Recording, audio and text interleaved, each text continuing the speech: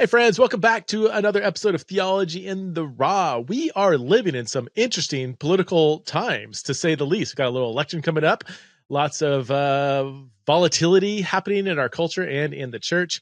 Well, I've been using the phrase exile in Babylon as a way to describe what I think is a Christian political identity. And I tease out this identity in my book, Exiles, the Church in the Shadow of Empire. I actually think the Bible has a lot to say about politics, not so much like who to vote for or which candidate's better or which political party we should support, if any. But it does talk a lot about how Christians should view themselves in light of the various empires we're living in. So if you haven't read it yet, check out my book, Exiles, the Church in the Shadow of Empire. I think you'll like it. My guest today is my good friend, Brad Sarian. Brad is the lead and founding pastor of Restored Church LA in Los Angeles, California. He's married to his wife of 13 years, has 2 children, and a passion to help people experience the love of Jesus so they can enjoy and obey him all of their lives. I wanted Brad to come on the show because he planted a church, I believe 9 years ago, and is just he's a stunning preacher, a very gifted person, loves Jesus like crazy, is super humble.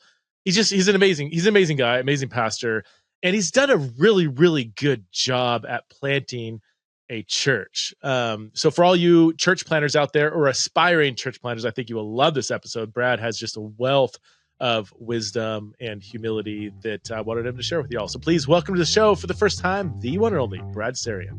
So Brad, how old were you when you planted the church now called Restored LA? I don't know if that was the original name at the beginning or yeah, it was Restored. We knew we were going to be up in the San Fernando Valley, which is North LA. We didn't know where we would land, so we just called it Restored LA. But yeah, I was 25 when we were sent out to plant this church. Okay. How did you prep for the church? Yeah, I'm a part of a family of churches, the Restored Family Church. I think you know Andy Rogers. Yeah, of course, yeah. Chris Veenan was very, very helpful in that. So my wife and I, we got married. We were about 22. We were 22, and we moved down to San Diego to help Andy and Jackie Rogers plant a church, Restored Church down in San Diego. And so I think I was 23 at that point. It kind of came on as like an associate pastor, if you will, which is very backwards because we had a church of about 20 people. And with 20 people, there was an associate pastor and like a staff team. And so, but it was there that I really like learned church planting. What does this look like? And so the way I've described it is I'm really grateful for my buddy, Andy, who kind of led the charge. And in leading the charge, I feel like I sat in the passenger seat while watching him just get punched in the face over and over and over again. And I got to take notes of just like, all right, don't do that. Okay, do that. That's really good. Don't do that. And so it was a very much learning as we're going. And so by the time we planted a few years later, by God's grace, we had a ton of like, hey, we had a vision of what we wanted to be. I think when we started San Diego, it was more like, we're figuring this thing out. And by the time a few years later, it was like, I think we have a pretty clear vision based on where we've landed in San Diego of what we want to see happen in the Los Angeles area. Okay. Yeah. I met Andy. Shout out to Andy Rogers in San Diego. Andy's amazing. He's such a great. I've spoken at his church, I think, a couple times, and just always blown away at the kinds of just raw, authentic ministry that guy's engaged in. He was an intern at Anthem Church in Thousand Oaks when I was an elder there, and we were in a Bible study together. So I think you had the same method, like you kind of interned with another church for like 9 months before you go out. That was so Andy was doing his 9-month stint similar to how you were with him before you planted. Yep. And I realized that's how you and I got connected. It was because I think I preached at Anthem one time while you were there, and then we ended up chatting a little bit from there. You didn't preach at Anthem, bro. You crushed it. Okay. No. I think you were probably 23, 22 at the time. I mean, you were young, dude. And I'm like, you walk up on stage, I'm like, man, how come I put all these kids up in the pulpit? You know, I'm like, what the heck? And you, that sermon, like there's bad preachers. Then there's a wide spectrum of like decent preachers. I feel like it's like most people are like, yeah, they're good. You know, like I can understand most of it. Exegesis is a pretty good, you know, it's not bad, but I'm my mind's checking out. I mean, no, you know, bring my mind back in focus, you know, and it's good. I would say most preachers I hear are in that category. Then there's like that upper tier where you couldn't your mind doesn't check out if you tried. And that was you at 23, bro. My wife turned to me, and we sat under Francis Chan for a couple of years. You know, we've seen really good preaching. She turned to me afterwards in tears, and she literally said, I'm not kidding, that was the best message I've ever heard. And my wife is not, she's not impressed with preaching. She is, yeah, it takes a lot. So that was 10 years ago, dude. And I was like, what the hell, man? You're, I shouldn't say that. I'll let that. I did say that, but I was like, wait, you think he's better than me? Yeah. Oh, deep down, I was like, he's better than me. Come on. Anyway, so how long ago, what year was it when you planted then? So how long are you? It's no longer a church plant. It's just a church. Yeah. Right? Yeah. So it's been 9 years this month for us that we moved back to. So my wife and I are both from the San Fernando Valley, Northridge. We both graduated Cal State Northridge. And so we moved back from San Diego 9 years ago. And so like our official 9th birthday will come up later in the early next year. But so we're 9 years into this journey. Yeah. So we don't really call ourselves a church plant anymore, but because of our family of churches, we're connected with church. I preached at our restored Rancho, just launched a couple weeks ago, and I preached there on Sunday. And so we're still connected with church plants, but it feels weird to call ourselves a church plant after 9 years. So. 9 years is a long time. Was there that, is it the honeymoon lasts about 3 years? I hear when I talk to other church planters, they're like, a couple things I always hear is like the first 3 years are great, but at that 3-year mark, all of a sudden, like all the chaos starts, happening, and the honeymoon's over. And a lot of people, I don't know the date on this, but anecdotally, it seems like some people just kind of ditch it after 3 years. Like, I can't do this. And also another thing I hear from church planters is the overwhelming majority of your team you plant with will be gone after 3 years. Have you heard that? And was that true in your case, or? It is, bro. I mean, it's been it's painful. I actually have a picture of like one of our first, I think it was our first Christmas. We had like a restored Christmas party, and there's like 23 people in our living room. That was like the church. It was like just a handful of people. And I have a picture of that, and there's like 4, 5 people still from that. And so, yeah, it's like a painful, not everyone, some people are different churches, following Jesus, and moved out of state. There's different reasons. But it's painful. You're like, oh man. But it seems to be the reality. So. Is there a way to change that? Is that necessarily a bad thing? If you had to go back and do it over again, is there something, maybe different things you would have done to keep the majority of the people? Not that it was your fault for them leaving, whatever, but you know what I mean? Like, or is that just like, hey, this is just going to happen, just expect it, and it is what it is? Or I think it's, oh man, there's so much there, because there are dynamics. I can't encourage anyone church planting to read. Tim Keller has an article, Leadership and Church Size Dynamics. Have you ever read it or heard of it? Okay. It should be worth $1,000, and it's free online. Wow. And basically Keller goes through different sizes of the churches, house church, small church, medium-sized church, large church, all that, and kind of looks at pros and cons of each of those seasons.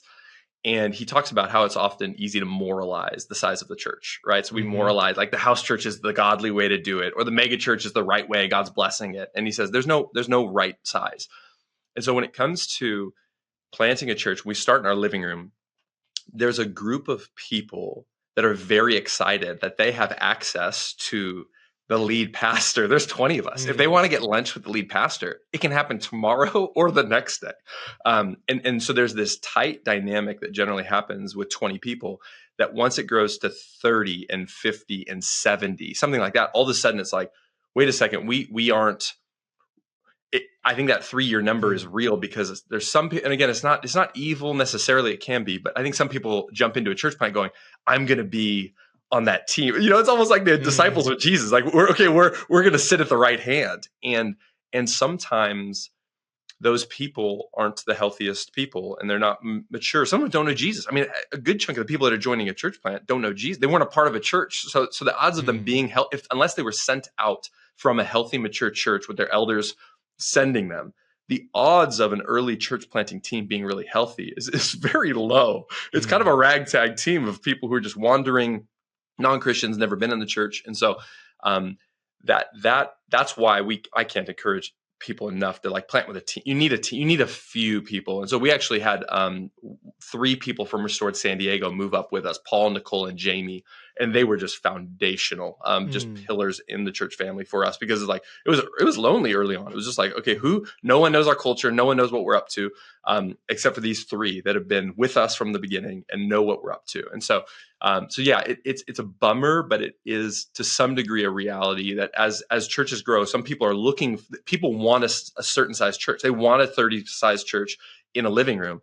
As soon as you move to a new spot, they're like, this isn't for me anymore, And then you have people that visit from a mega church and they're like, you guys are awful. Your music's awful. Everything just is. Where's your junior high ministries? Like, we don't have a junior high, or we don't have a ministry. We have nothing like that, And so I think there's some natural realities to it. Could I have led better to try to keep them? Probably. But it just feels like a natural reality. Looking back, is there anything that you would have done differently to try to keep people, or no? Because if the church is growing and you're not against it going to 150 or whatever, and people want the intimacy of a 30-person church, there's not really much you could have done. I mean, but is there anything? I guess the only thing I'm thinking of it now is like maybe setting expectations a little bit clearer. It almost sounds arrogant. Like, hey, if we're a church of 20, it's like, hey, when we're at 100 or 300, then it's going to be harder to do this one-on-one stuff. But I think, so I don't think I set any expectations like that. So it just kind of normal is I'm fully accessible to you at any time. I'm, anything you need, I'm there for you. And then as things grow a bit, and again, we're talking slow growth. We weren't like rapidly growing. But as we're growing, just setting expectations and probably having hard conversations with people, like all of a sudden that one person doesn't show up for 3 Sundays in a row. And you're very aware of it because there's a handful of people, and you just kind of like don't move toward them. You kind of get bitter or jealous or angry. You're just like, oh, what are they doing? And I think it would have been, I tried with some people to move toward them. And I think other people, it was like, man, it wasn't great to have them on the team anyway. So it almost is like a blessing in a weird way. And so, so.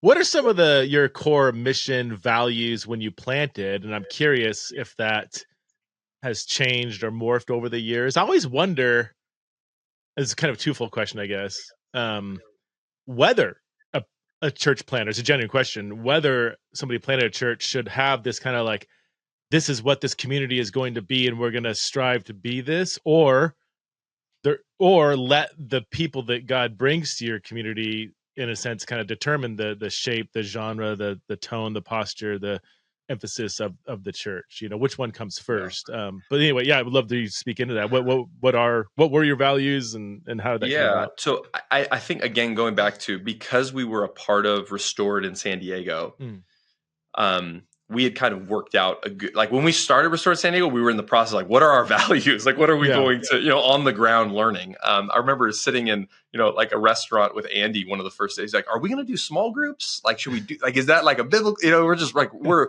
trying to create from scratch. Like, what do we think? But after the 3 years down in San Diego, we felt pretty, our values are gospel, family, dependence, mission, multiplication, and renewal. And so we felt pretty confident with those coming up. We actually added renewal a little later, but the other 5 were kind of just a part of who we are. This is what we're up to. And so I do see what you're saying. Like, there could be a value of kind of, hey, let's see what God's bringing us. Now, maybe that'd be more realistic. I mean, San Diego to Los Angeles isn't a drastic shift. There are plenty of differences. But I think if you're moving to a completely different country or something like that, that would make more sense to kind of like, hey, let's get on the ground. Let's see what's happening here. But our values are generic enough. It's like gospel, the family, church as a family, dependence on the Holy Spirit, living on mission. Those, it's like, I don't know how much we want to change those depending on where we're at. It's kind of like this is what drives us. Now it's going to be contextualized, obviously. What is church as a family going to look like if we're in India or if we're in Los Angeles? It's going to look different. What does mission look like? That's going to look different. But I think as values for us, we're like, this is what we want to see happen. Yeah. I'm just curious, and I hate asking this question because I don't care, but just to give people a picture, like, how many people would attend your church now? You started at 25 in a living room 9 years later, but you've also you planted some churches too. So we're a part of church plants. We in LA haven't actually sent out anyone officially. Okay. Which so we kind of partner with Andy's more the apostolic godfather who's constantly sending people out. And so we're right now on a Sunday, like about 300 adults and like 100 kids. And so it's in that Tim Keller article, we have transitioned from a small church to a medium-sized church, which is this funky thing in between where we're, you're not a mega church by any means, but we're not that small house church anymore. And I think it creates a lot of challenges because you're like that middle stage of, and I'm not trying to like, oh, we need to get to this next thing. There is a piece of like, I love where we're at. I'd love to honestly keep seeing people come to know Jesus and growing in a healthy way. But it's an odd place to be. Do you care about numerical growth? Like, honestly, don't give me I want the honest Brad. Like, if all of a sudden next year you had 500 people, would you feel super energized and excited about that? Or if next year you drop down to 150, would you care? Would that be disappointing? Or how do you think through the numbers? Yeah. I care about numbers. I care about numbers, obviously, because they're about people. But I really do. I think if we grew to 500 by next year, I think a big question would be, where did these people come from? If they're all getting saved out of nowhere, I am stoked out of my mind. If they all, if a church nearby shuts down and we just got 200 hurting Christians that don't trust leaders, I'm not stoked. It's what, God's doing, and okay, but it's going to be hard. And I would say if we're down to 150 next year, but it's because we sent out a church plant 5 miles away, I'm celebrating that. And so I think, to me, it really does come down to why are we, where are we? And that's far more important than what number we're at. But I do think, Spurgeon always, is it one of his books? He talks about that it's always, he says a couple things, but one thing he says, like, if we're called to fish for men, he's like, what kind of fisherman doesn't care about how many fish he counts? It's like, there is some reality. It's like, I care, man. I don't think I'm there just to be, just to preach a couple sermons. Like, I want to have big expectations for God to save and for God to grow. I think, generally speaking, healthy things grow. Are there situations where that might not be true? Yes. COVID was just, gnarly. And so that was quite a shakeup for all the churches that I know. But I do care about numbers, but we don't have like numeric. Some of my friends have like goals. We need to get to 500, or we need to see 400, baptisms this next year. It's like, I'm always cautious about. It makes me nervous. Like maybe I'll have them mentally, but I don't know what that looks like to have numerical goals in the kingdom of God. Yeah. But I want more people knowing Jesus. I love that. I love that answer.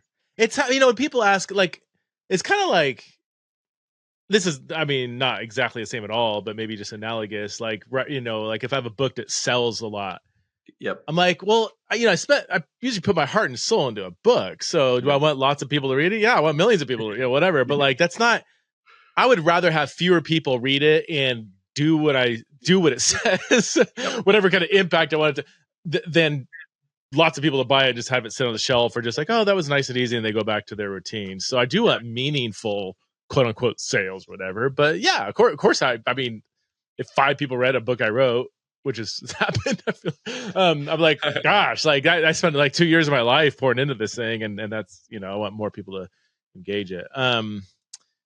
Yeah, that's good. It's gotta, when you look out and you see more and more people, I'm sure there's just that initial like excitement, they're coming for a reason. But I like what you said, like, why are they coming? So if they just were like, hey, I'm leaving my church every year, I'm kind of moving around from church to church, and I heard, Restored LA is good preaching, I'm going to go there now. Like, people are just kind of church hopping.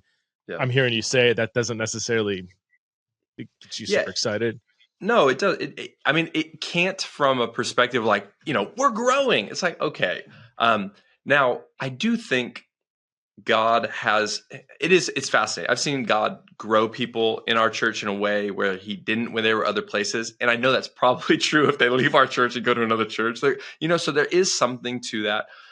But yeah, I care why they're there. I don't want to pretend we're the only church that's doing it right. There's so many beautiful churches in the San Fernando Valley. And so, but there's almost 2 million people in the San Fernando Valley. So like just in North LA, the Valley, there's 2 million people. So it's like, how could we I mean, that was funny when we were planting back up in the valley.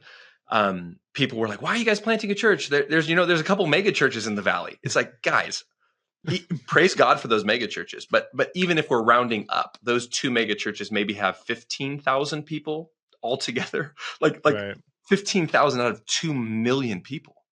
Until all 2 million people know Jesus, love Jesus, and are following Jesus, we need more churches in this valley. Yeah, And some yeah. aren't going to go to the mega church. Some aren't going to go to the house church.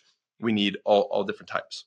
What's the advantage of planting more churches rather than strengthening the churches that already exist? Because this is kind of the core foundation of church planting, right? Like Yeah.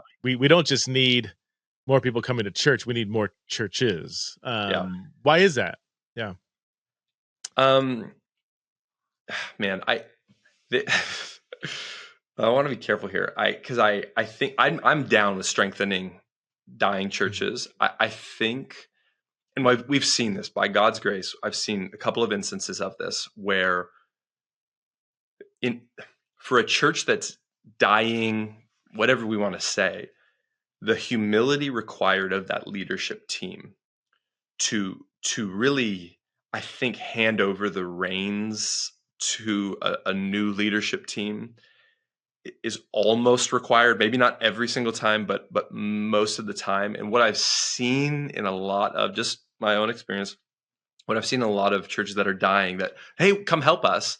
It's come help us, but we're going to keep doing exactly what we're doing. We just want more people here. And it's like, again, Help us not to die. yeah, exactly. And it's like, that'll work. It won't work. It'll work for a little bit longer. And so I think that if I've had friends who have had stories where they come into dying churches and they want to revitalize. And, I think it takes a very special, gifted, godly leader to revitalize a dying church, because I think the errors that I've seen are, I think there's wisdom in waiting a little bit. I think you come in week one and you bring the sledgehammer to the organ, it's not going to go well. But the temptation I see in too many of other pastors is they wait too long. They're like, I'm going to wait 5 years to make any changes. I want to like have them trust me first. And I'm like, dude, 5 years. No, like and you become a part of the problem, I think. And the dynamics of power, the dynamics of all this stuff, of the culture that you're walking into, I think it takes such a strong leader and the humility of a leadership team. And so the odds of both of those things happening, it can happen. I've seen it on a rare occasion. But I think that, yeah, if there's a church that's struggling and going, hey, we're struggling and we want to see the kingdom of God advance, and God's doing that through you guys, can you help us? It's like, yeah, if you mean help us, like I can honestly say everything that I'm thinking and feeling, then sure. But if you just want me to come alongside you and applaud you in where I'm seeing things that are significantly detrimental to health and maturity, we can't revitalize this thing, Yeah. And so it could happen, and I think that so that's why planting churches, and this is where, like, I do think to some degree planting churches is hard, but it's easy in the sense of creating a culture. I mean, like, you get to start day one and you're like, here's who we are, here's what we're doing, here we go. When you step into a church that's 60 years old and, there's 30 people there who go, we've always done it this way and we'll always do it this way. It's like, well, the reason you're dying might be because you're always doing things like this, And so we have to just go, hey, I love you. We honor that. We're honoring that. And yet if you want to see things have changed. I mean, one quick story.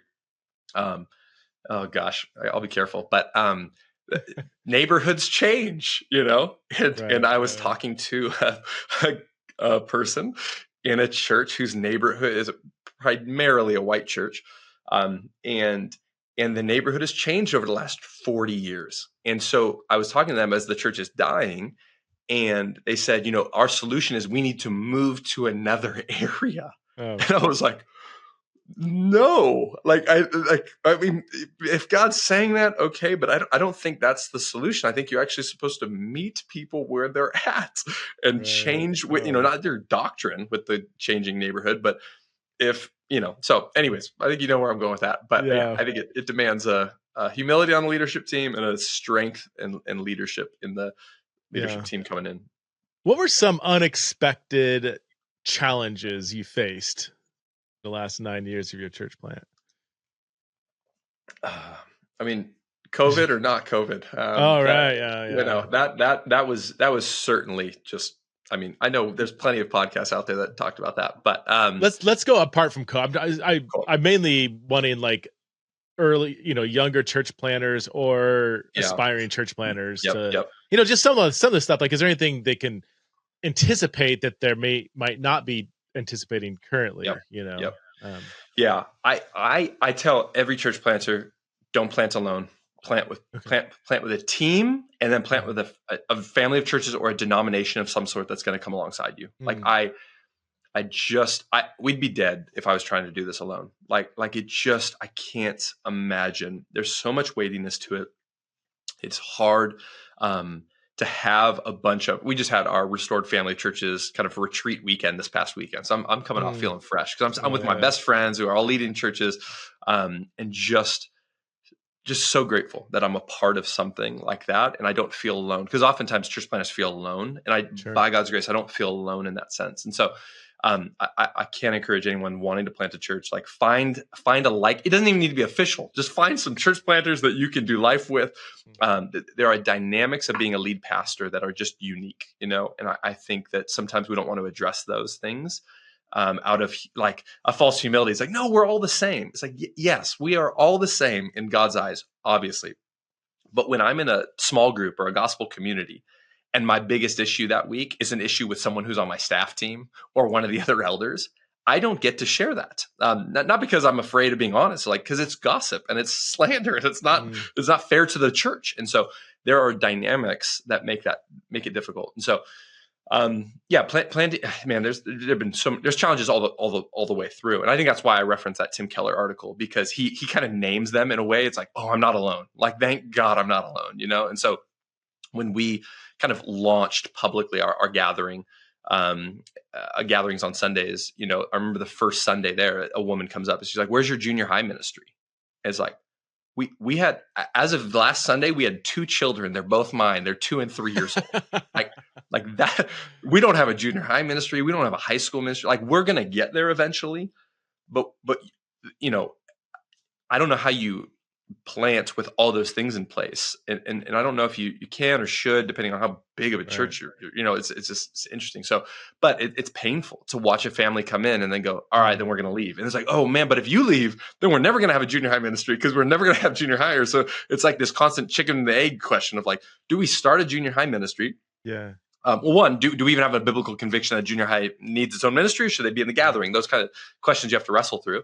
But if you get to a spot where you're like, I think it's valuable for a 6th grader to be in his own spot, and then just trying to figure out like, okay, how do we do this well, where we're starting something with one kid?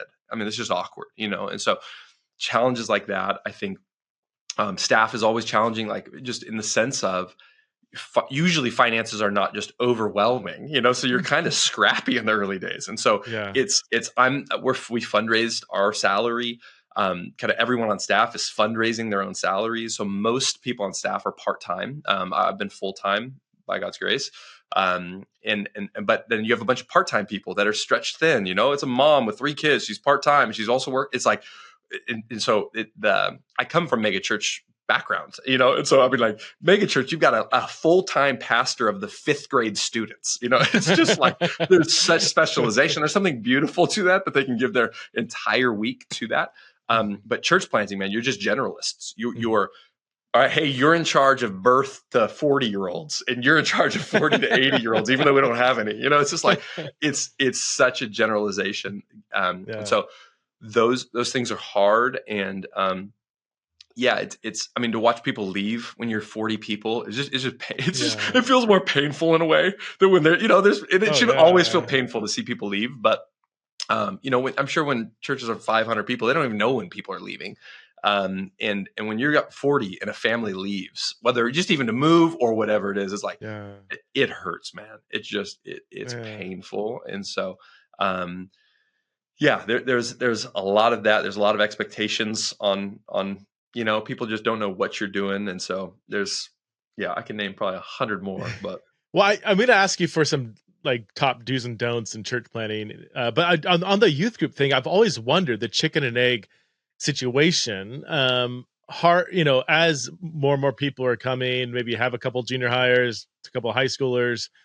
Um, it's hard to see. I almost use, well, it's hard to attract, for lack of better Yep. terms. Yep. I know neither you and I are probably big on that word, but it's hard to attract families with junior high kids, high school kids, when you either don't have a youth group or you got 4 people in the youth group. Yep. Is that I mean, what do you do when you have just a couple, you have 3 or 4 people in the youth group? Do we start a youth group? Will anybody come to a 4-person youth group? I mean, there's certain kinds of kids, maybe, but that's tough, right? Yeah. No, it's and yet if you don't have a youth group, there's a lot of families that will go elsewhere. Yeah. No, I mean, we've over the years we've had different attempts, and so we've had some leaders that have just gone, hey, we don't even have an official ministry, but I'm going to help lead junior high. Like if we see them, I'll sit next to them. I'll pursue them for coffees or, coffees, Jamba Juice, or go to their games, things like that, which is, it's like at the end of the day, I'm pretty convinced a junior higher really wants that. There's a lot of junior hires that don't want to walk into a room of 300 strangers and hear a concert and all that kind of stuff. Now, I think kids want to be seen. They want to be loved. They want to be known. And so there's something beautiful that a small church can offer in that sense. And so we've had different attempts over the years. Some have gone well, some have not. We like right now we have a youth ministry, and it's small, man. It's and again, it's junior high to high school. And so it's not even, it's not ideal by any means. But there's probably like a dozen kids in there right now on Sunday mornings. Yet the reality is we have 100 kids from birth to about 5th grade. So as you just start looking down the pipeline, it's like in a few years, we're going to have 70, it's like these numbers are coming, and this just keeps growing. So it's like we need something more clearly in place now than we've ever needed it. And so, so we're constantly working on that. By no means do we have this, like, we have it figured out. I mean, I was a high school pastor and a junior high pastor. So I at larger churches. And so I know the importance of that age group, and so, but I've gone back and forth on even just like, should high schoolers be in the Sunday gathering? I don't think I've changed my preaching much since I was a high school pastor, so it's like, I think any high school kid can hang. My son is 6th grade. He sits in on Sunday mornings. And then he goes into the youth at the 11 o'clock gathering.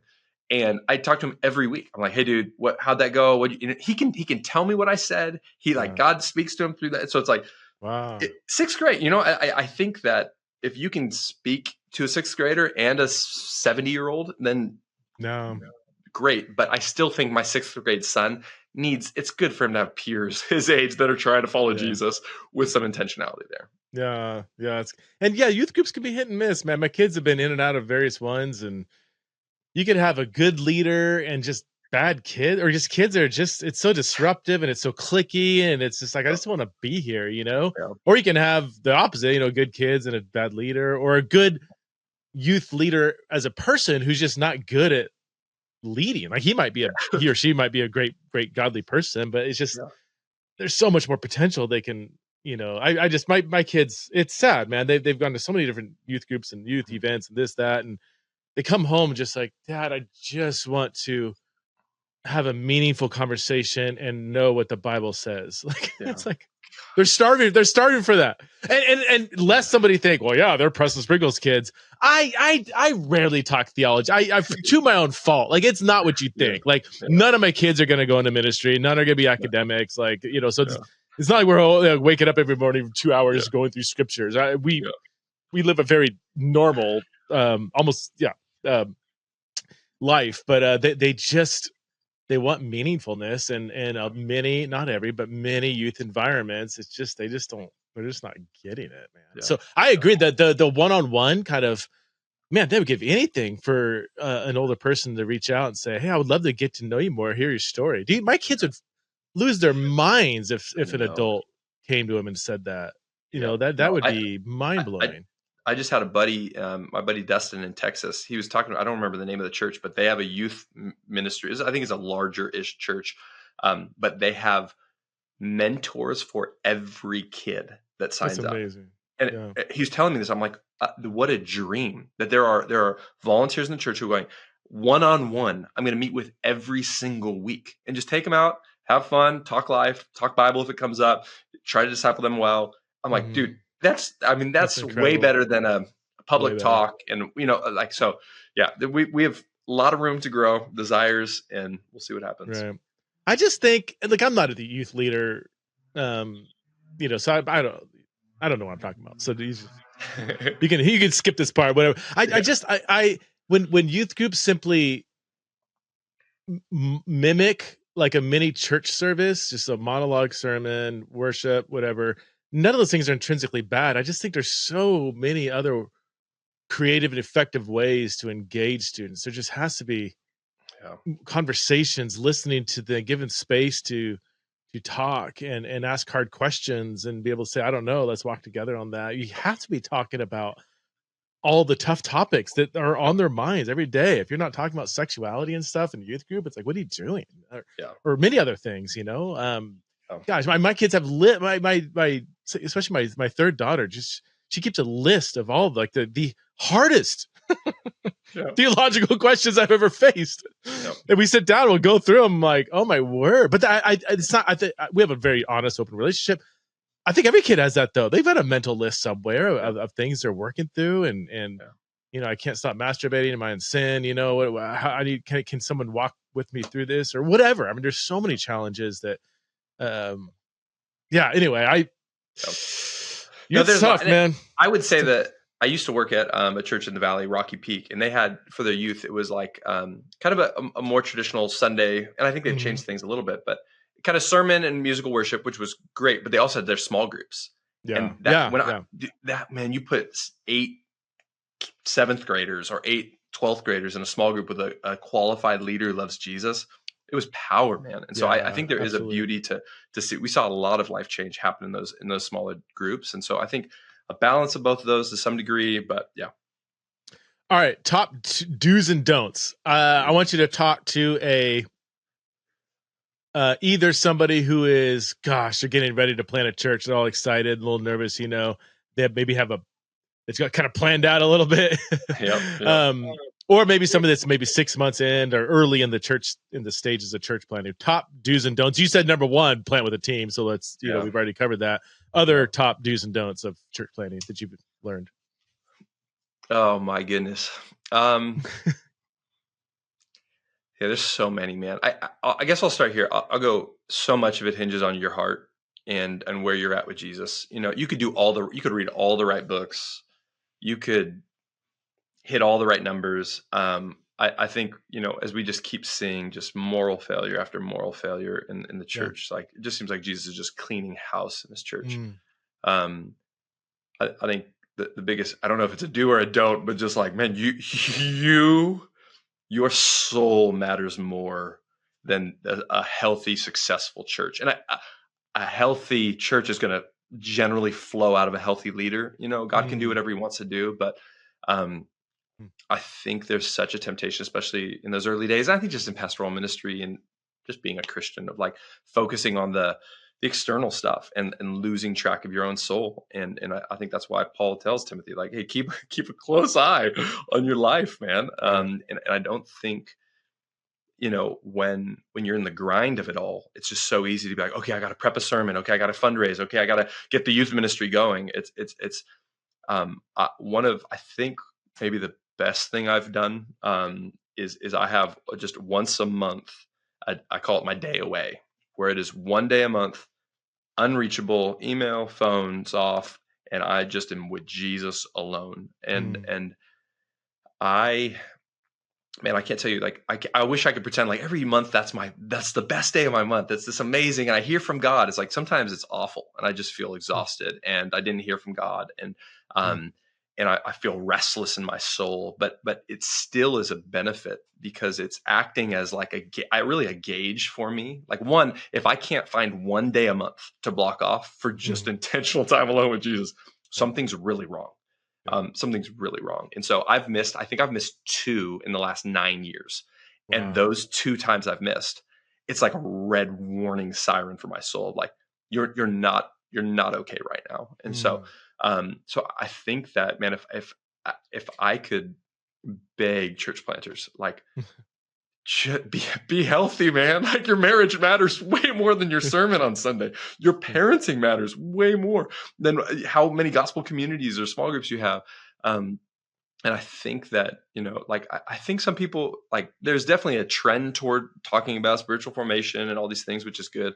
But I just know, I have a lot of church planting friends, and I think it's so easy to get caught up in the externals rather than who am I? And so I'd plead, like, I would just go, hey, do an assessment of your soul. Like, are you in a good spot? Like, if you're not, get help. Like, who do you need to talk to? Like, you have to have friends you can confess sin to. You need constant time with Jesus. And so, so I mean, that would be like my major.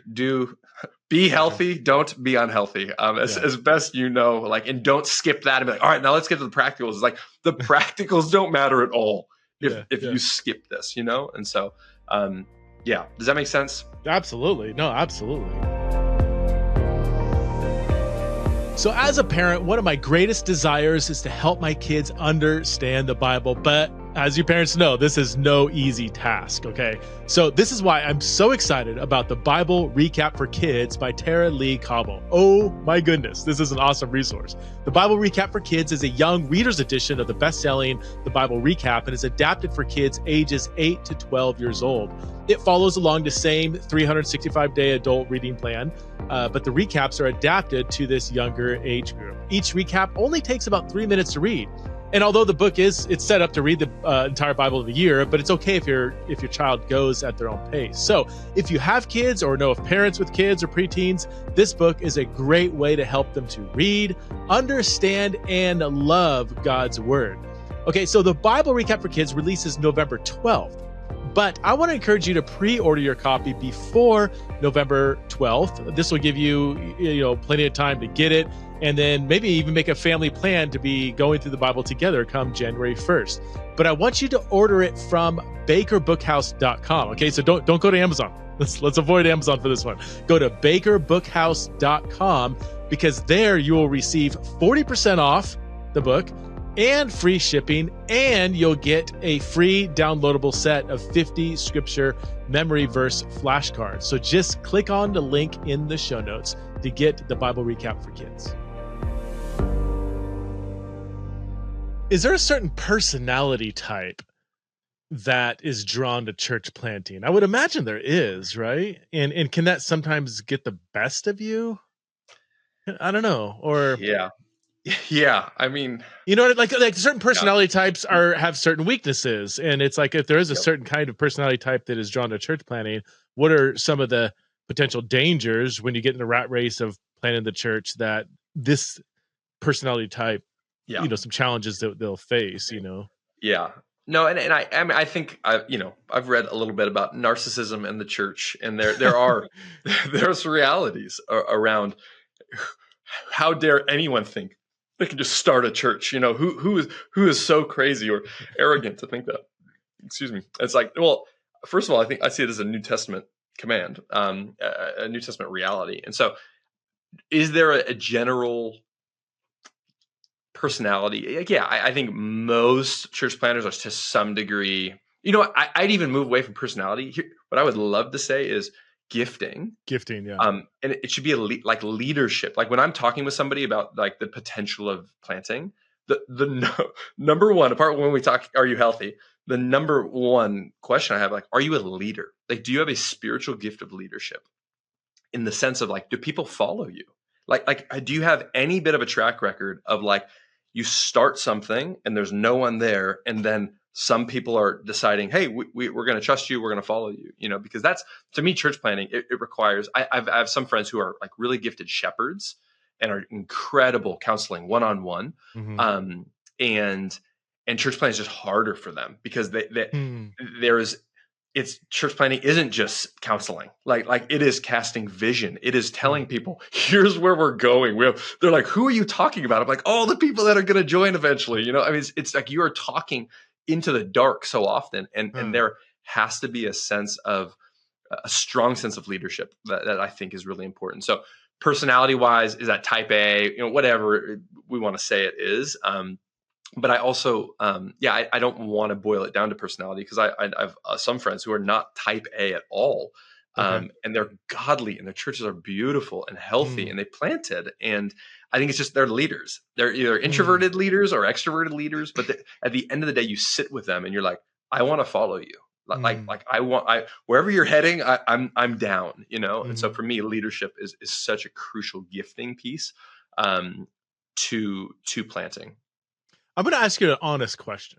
I mean, not that my other questions weren't honest, but no, I want to, like as I said earlier, and I'll just, it is what it is. You got an amazing gift of preaching, speaking.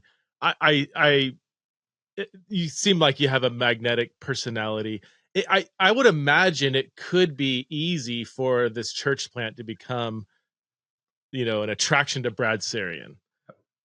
Have you faced some of that, and how have you dealt with that? And how do you encourage other church planners if they also have kind of because most church planners are going to have that type A magnetic personality. People want to be around them. That's why they're planning, how do you guard against the church becoming so focused on this one leader? Yeah. I mean, I think if you would have asked me this 9 years ago, I would have been like, what are you talking about? That's not true. Like, they're here for Jesus. And I think I've had to just acknowledge some part of the reality to that. There can be an ugly side to that. I follow Paul, I follow Apollos, right, 1 Corinthians 3. There can absolutely be an ugly part of that. But then I think there can be a neutral reality to that. Like, why do I listen to your podcast? Like, I don't know, because I just like listening to Preston. It was like, why do I listen? Like, I don't listen to every preacher in America. Like, there are specific preachers I listen to. Why? Because I like them, and when I listen to them, I generally feel more excited to follow Jesus, trust Jesus, and so I don't think it's a bad thing in and of itself that people are drawn toward, like, oh, like I like when that person speaks. The problem is when we build churches in such a way that if Brad's not preaching, half the attendance goes down on a Sunday. Now we're talking about a really unhealthy church, Okay. And so, so my wife and I and kiddos, we just did a 3.5 month sabbatical this summer. And I talked to some friends, they were like, oh, we could never leave our church for 3 months, like, who knows what would happen. And again, there was a tiny bit of fear of just like, what is going to happen? And by God's grace, everything was the same. And so, like, the numbers were the same. There's, so it's like, thank God, even if people like my preaching, that's great. But the church, we're doing our best. I'm not everywhere. I'm not everything. It's not all hinging on me. And I think that we have to acknowledge that people have preferences, and it's okay. But we also have to be able to rebuke those preferences when they become, and this is where when Andy and I were, he was the lead pastor in Restored San Diego, and I was the associate pastor. But he's such a encouraging, and he just empowers leaders so much. So there were many seasons I would preach more than him on a Sunday. So people thought I was the lead pastor if they were newer. And now here, and what would happen was, depending on the Sunday, if I had the face mic on or Andy, every once in a while I'd have the face mic on and somebody would kind of like pat me on the back and be like, excited you're up today, but here, the reality is other people did that with Andy, like there's just, people have preferences. Andy he's a different communicator than I am, but some people resonate more deeply with him. And so we have multiple preachers up. I'm not the only guy. We're doing our best to build the church where it's not about me. But I think you look at some of these very gifted, very influential pastors, and it's like, oh, they're all coming for me. It's like, I don't know. I don't. Yeah.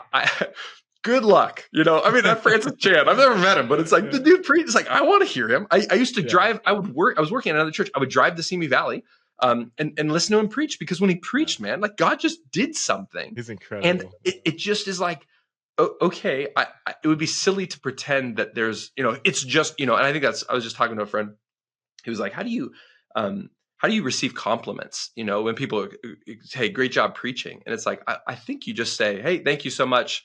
I'm really glad to hear God use that. Praise Jesus, something like that, because the false humility to me is always like, oh, it was all God. Don't even thank me. It's like, dude, if it was all God, it would have been way better than what you just did. And so we have to be able to like acknowledge. That's awesome. I prepped that sermon. I spent 15 hours on that sermon. Like that wasn't just anything, And so now, can it get dangerous? I think I'm awesome. Yes, obviously that. But I think we have to acknowledge dynamics of power, personality, but I don't know what you do about. What do you think? What are your thoughts on that? What do you think you should do about it? I mean, I've never planted a. Well, actually, I did plant a church. Lasted about 6 months. I probably just the basic stuff everybody can kind of assume, like just don't like share the preaching load. Have a team that's leading, so it's not just you doing everything, and don't try to do everything too. Like let other people step. I mean, if you're taking care of it, all these things that doing way more than you should, then you're preventing other people from stepping in. And if something falls through the cracks because you didn't do it, nobody else stepped in, that's not always a bad thing. I don't think, So I don't know. How do you have like a certain, like a number, an artificial number of like times a preacher should preach in any given year, or is it? I'm sure there shouldn't be like one number everybody should follow, but do you have kind of a basic like, hey, I'd recommend 40 times a year, don't go beyond that, or half of the time? Or yeah, I was just talking to a buddy about this. He was saying he's down to 50%, and he thinks that's like pretty healthy, and good for him. And I'm probably more at 75, 70%. So I think you need a break, like just for your soul. I think you need a break. Like it is taxing preaching week in and week out.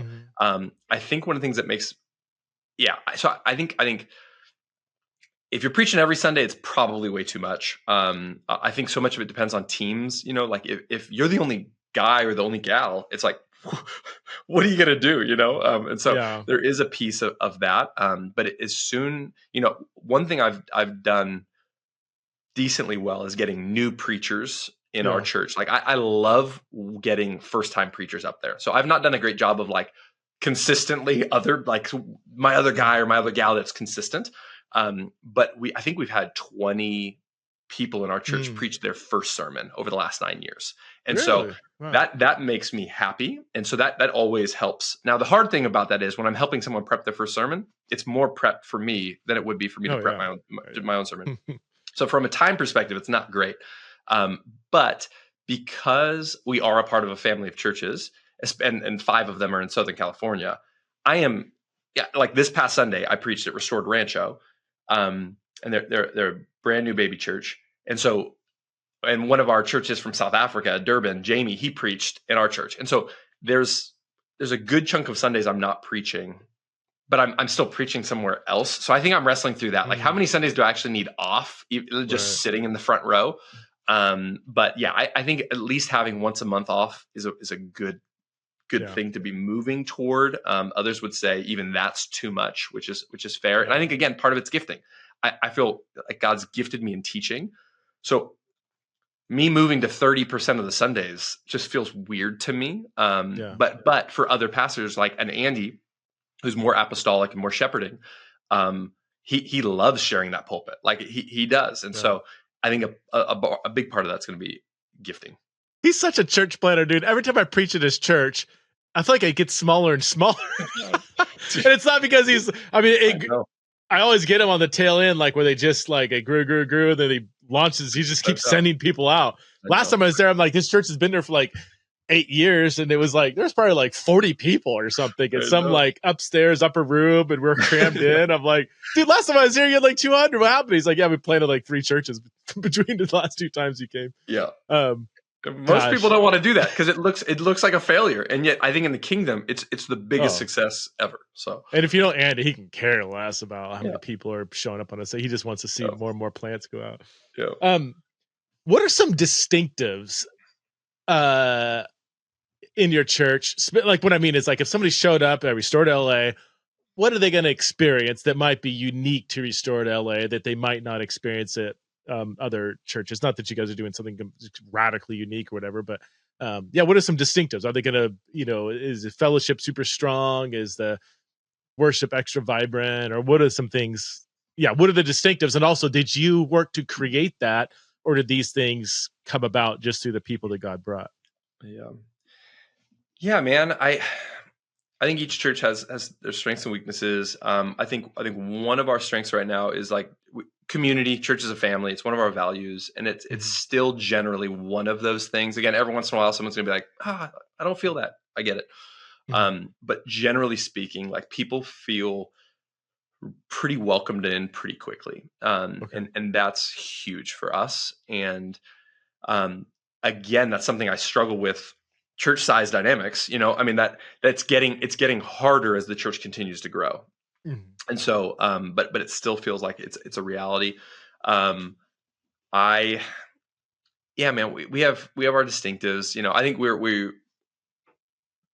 word and spirit are together for us as a church. And so we do our best to preach the scriptures, and then there'll generally be a prophetic word, or like we're trying our best to listen to the Spirit. And so I think for me, and Southlands Church in Orange County was a huge, they kind of discipled us as we were planting in San Diego. They were the first church I ever heard of that was word and spirit, in the sense I have a background in Bible churches where the Spirit is just, we don't ever talk about the Holy Spirit. And then, the charismatic churches of some sides, where the scriptures are a little looser. And so one of our deep desires is like to be a church that's deeply rooted in the text. And then also we're listening to the Spirit. And our family churches retreat this past weekend. There's like an hour of like prophetic sharing and praying, and, and it's like, I think for some people like, wait, what just happened here? And so for us, a deep desire to see both of those things happen. So wait, you have a prophetic word after every message, and what does that look like? Or not every Sunday, so we definitely don't try to force it. But it's one of those things that our leaders know, like, hey, if you feel like the Spirit has given you a word, you bring it to one of the elders and we weigh it, usually during the third set, or it could be during a prayer meeting beforehand. It could be whenever. And we weigh it and we just start asking basic questions like, one, is this true? If it's not true, it's out.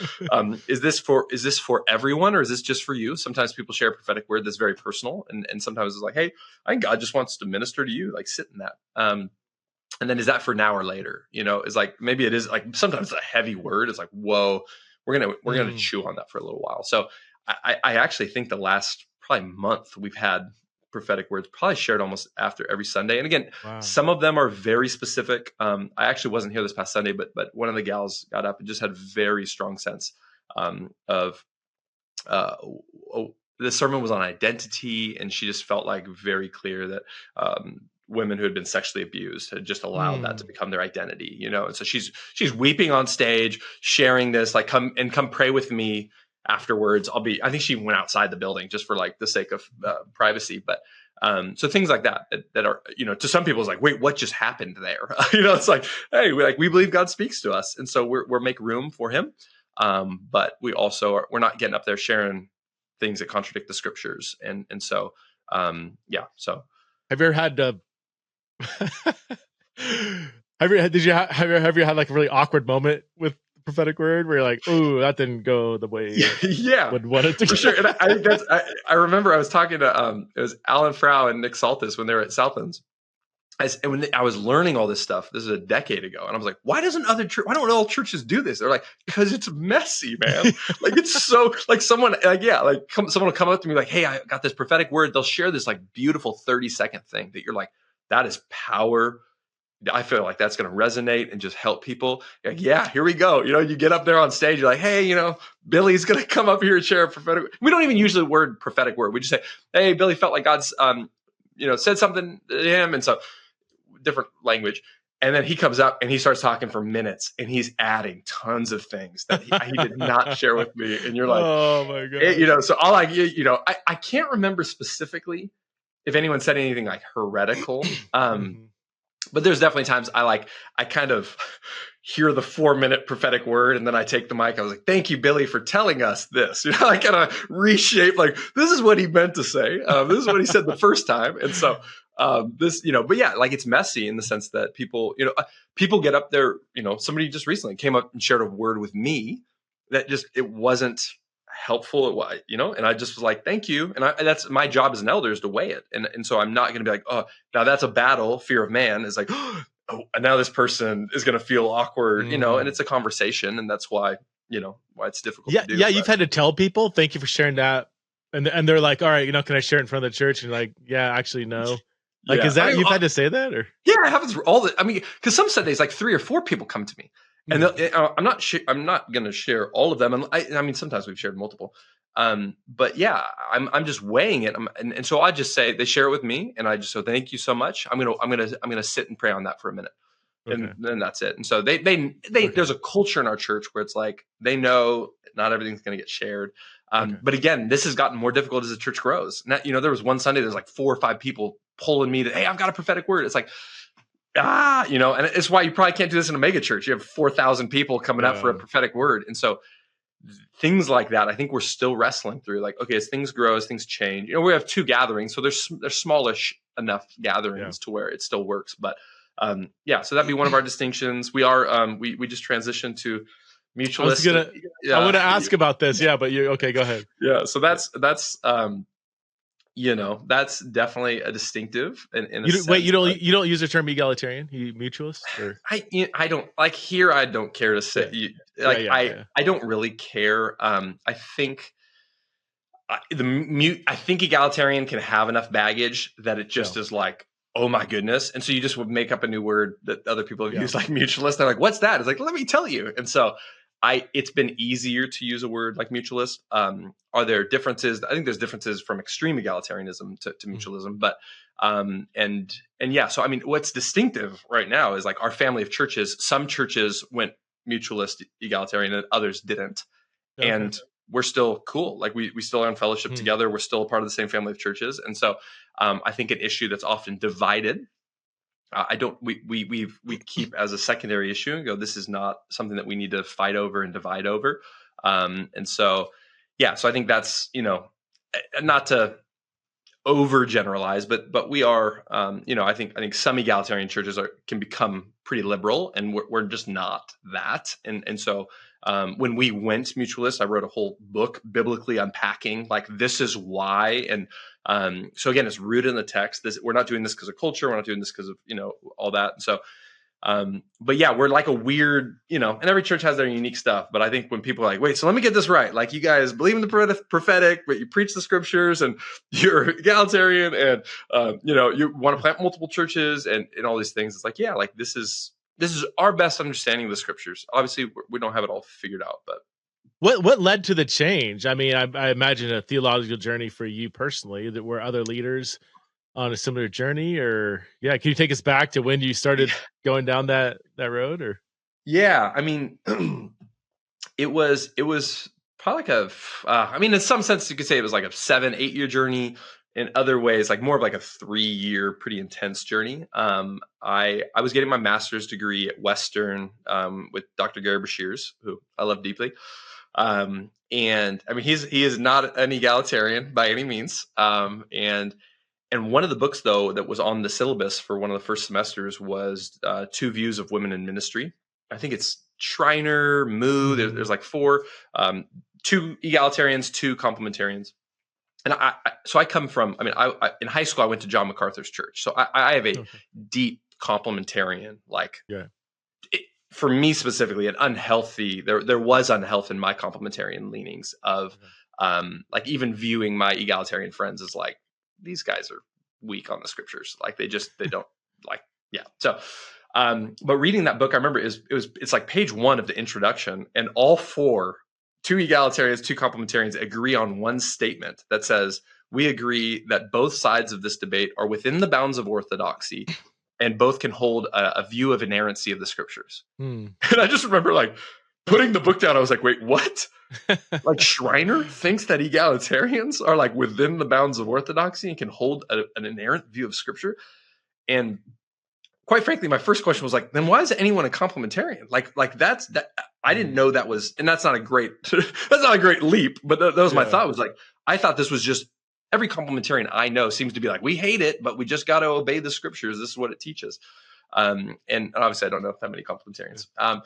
But yeah, so anyway, so that kind of kicked me off down a road. I ended up reading like 23 or 24 books on the topic, both complementarians, egalitarians. You and I texted quite a few times around some of that, and I got to a spot for a season. I was kind of like, okay, I think I'm 50-50. Like this to me has gotten so gray and neutral that I begin asking missiological questions of like, living and planting a church in Los Angeles, if this is really gray, does it make more sense to have women elders? And so I was wrestling through that. But then as I kept studying, I got to a spot where I found the complementarian position more problematic biblically than the egalitarian position. And as soon as that happened, I was like, all right, I can't do this anymore. And so wrestling with texts like 1 Timothy 2 and 1 Timothy 3, 1 Corinthians 14, all of them just going like, wait a second, mine and what seems to be the best complementarian answers out there,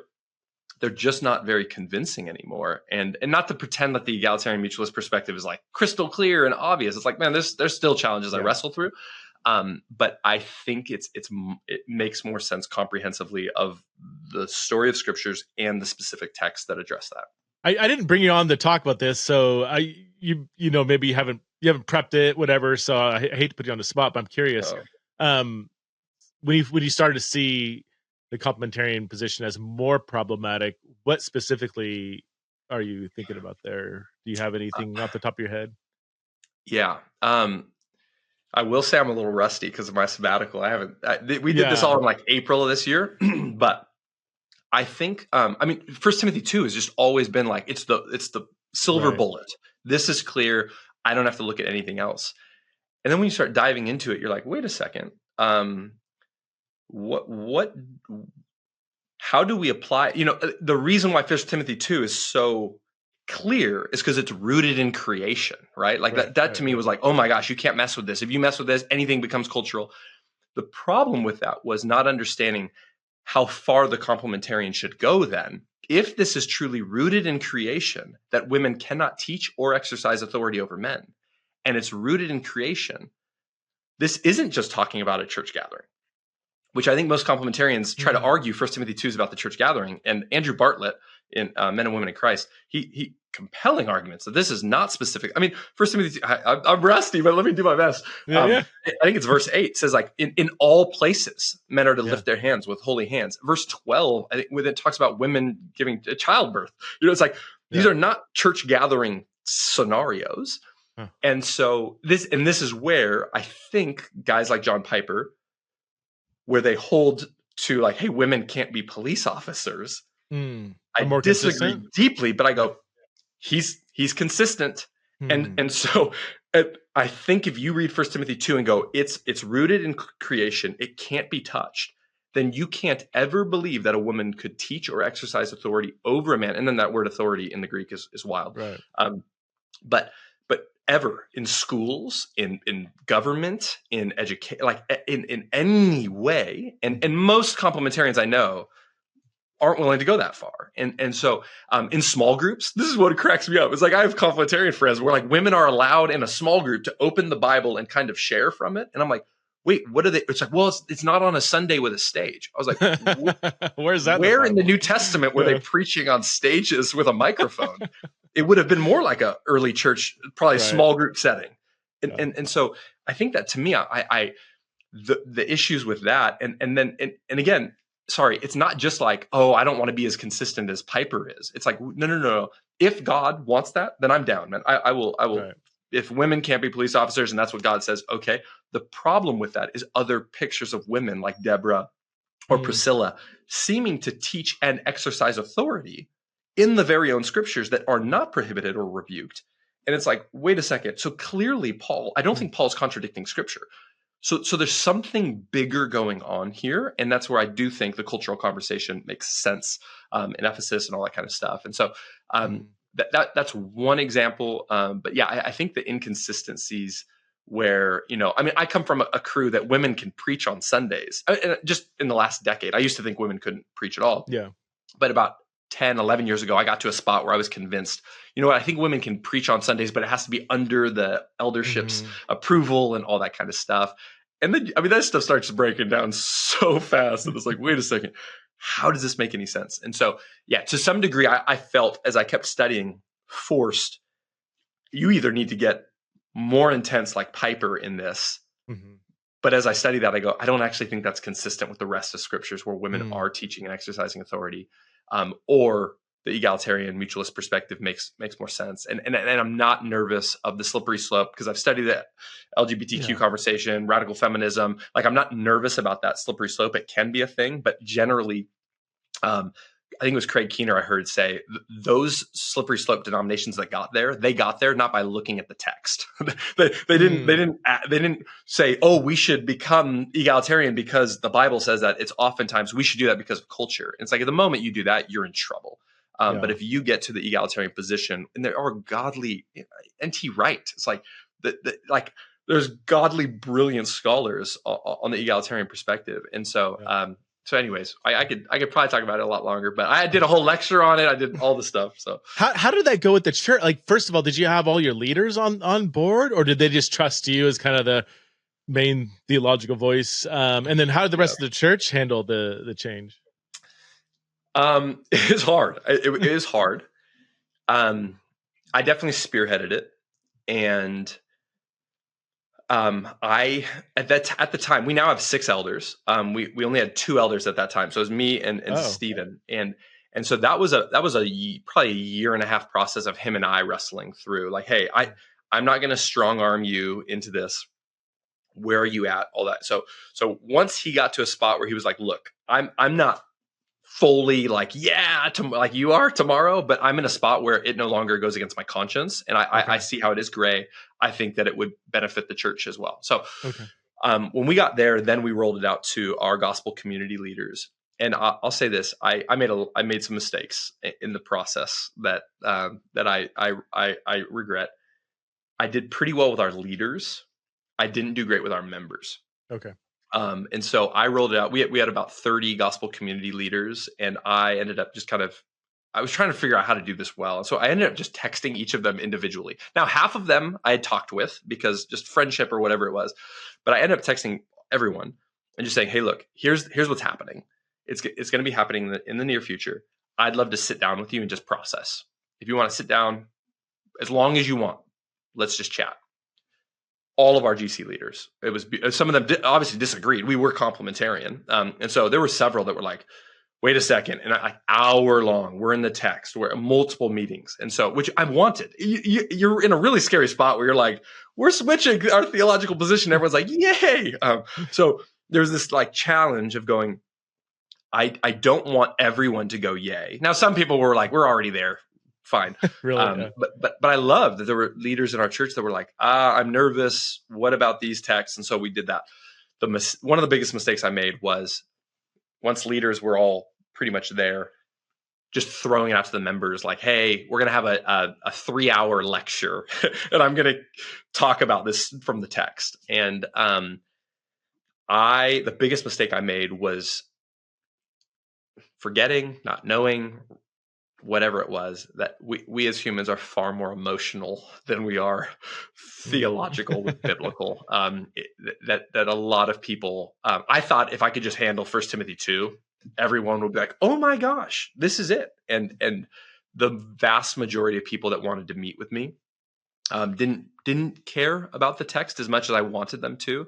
It was just like, I'm scared, I'm nervous, this is a big change. I was at a church that did this, and then 4 years later, this happened. Those kinds of things, and again, those are valid concerns. And so, and again, not to say that they didn't care at all about the Bible, but they had already heard me do a 3-hour lecture, so a lot of that was settled. But it was still giving.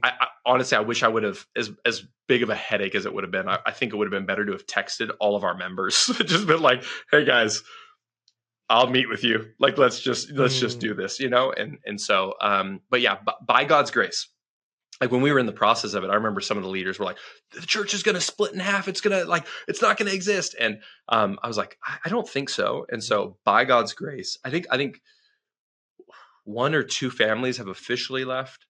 Oh, that's Um, it? Wow. yeah, no, it's been Huh. incredible. There's a couple that are still on the fence and may very well still leave.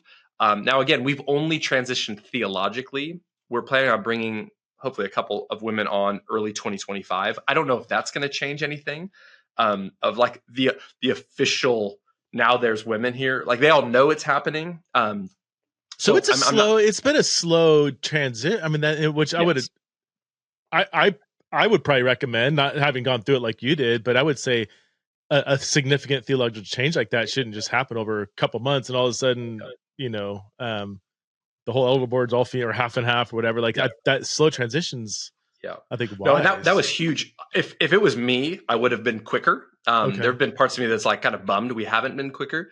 Okay. But honestly, Stephen, one of our other elders, who is just one of my best friends, he was really wise in that. He was just like, hey, I think it would be too much to kind of announce to the church, hey, we're changing theologically, and starting this Sunday, you're under the care of women elders when some people is like, wait a second, I need to wrestle with my conscience and my biblical convictions around this. Yeah. Like almost like would push people out quicker of like, Mhm. I can't, so I'm out. And so I think to give people 9 months to it'll probably be almost a year Wow. of wrestling through that, and I think at the end of the day, what people are going to generally realize is like, oh, not much changed. Like we're still like, we've had women preach, we've had women on staff, women on Right. staff, women in leadership rooms, like all of it. And so I don't think there's going to be significant changes with that. But yeah, so we'll see. There's things I wrote a little book because I was like, I want people to know this is a biblical Mhm. teaching, not just Brad's ideas. I watched a podcast. That was Right. one of the like people's main concerns. They're like, "What? Did you read a book that changed your mind?" I was like, "Well, I read 24, and I wrote a little thing too, just to kind of help me crystallize my Yeah. thinking in all this." And so this was not a light decision by any means. I know it's weighty.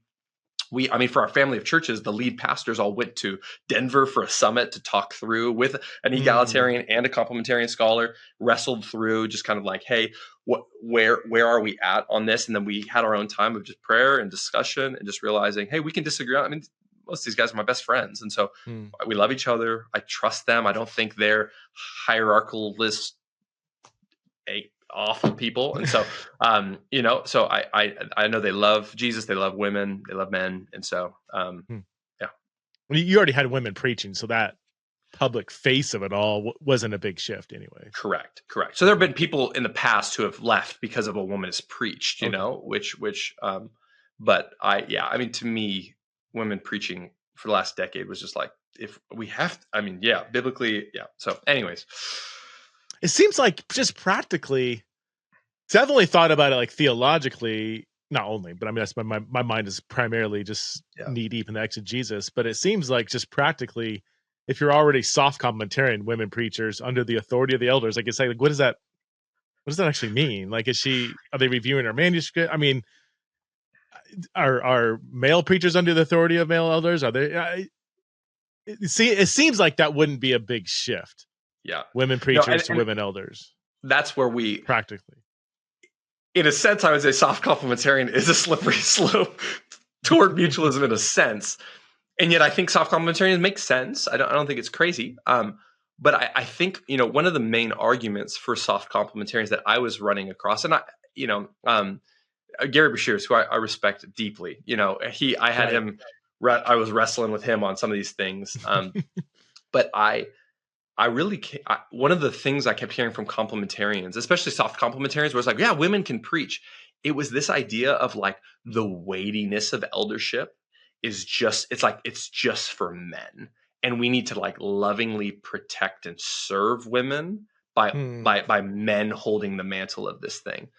Um, which I mean, you like Romans 16 when Paul is talking about Junia and Priscilla and these women who risked their own lives for his sake and were imprisoned for the gospel. I'm like, I don't think Paul's like worried about too much of a weight. He's praising but she risked her life to save Paul. It's like, I don't think he's worried about putting too much pressure on a woman to carry a weight. It's like, I think that if elders are the fathers in the church, which I think to some degree they are, why wouldn't it make sense we also have mothers in the church?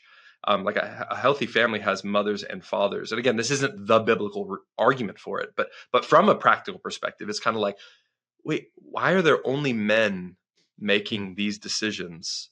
Like, I think it makes sense for men and women with different gift sets, different, I believe men and women are generally different. And so I think it helps to have both of them in that room. So yeah, it's crazy to think places like Iran, where Derwin Gray at the conference I was just at, he gave this statistic that I forget how long ago, but like I think at the Iranian Revolution in '79, there was like 500 Christians or some really, really small number, and now there's over 1 million Christians in Iran. But the house church movement is led mostly by women in a patriarchal culture. Makes zero sense. Wow. And a friend of mine is a female Iranian who's one of the early catalysts of that movement, and she just says it makes zero sense. But to think anyway that the women are intrinsically, biologically or whatever, unfit for the challenges of eldering.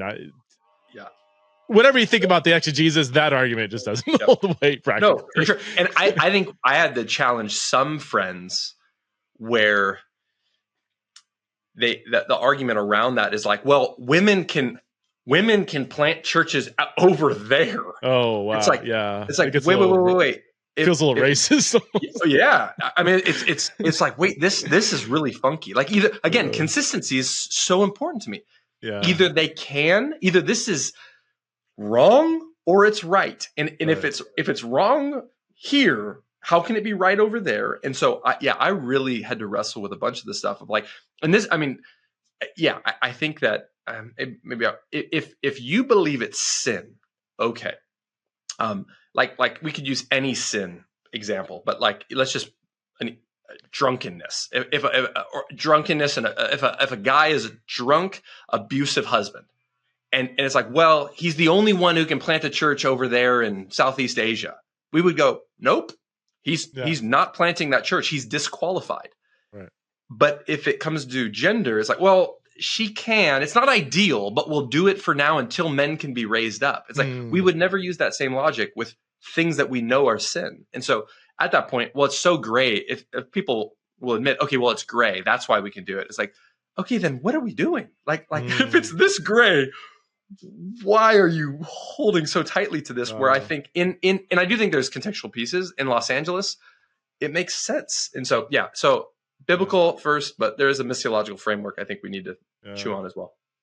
Well, Brad, man, this has been so fun catching up with you. We should do this more often, offline or online. Really appreciate you and your ministry. And it was fun seeing your progression over the years, texting back and forth in this conversation. But man, I didn't want to bring you on to invite people to come to your church, but if somebody was in the area, they don't have a church home or whatever, do you want to give an invitation to check out Restored? Come on through. Yeah, we're restoredla.com. We're in the North LA, San Fernando Valley. We're in Chatsworth right now. And so, if you're at a healthy church, stay there, please. But if you got no home, you want to come hang out, we'd love to have you. And bro, I'm really grateful for you. As I text you, I feel fairly regular just saying thank you, whether it's a podcast or a book I'm reading. It's like, thank you, Jesus, for Press and Sprinkle, the voice that you have in the church, that you're constantly challenging us, encouraging us, and you are a gift to the church. So thanks, man. I appreciate you, man. Thanks, man. Appreciate you. We'll see you.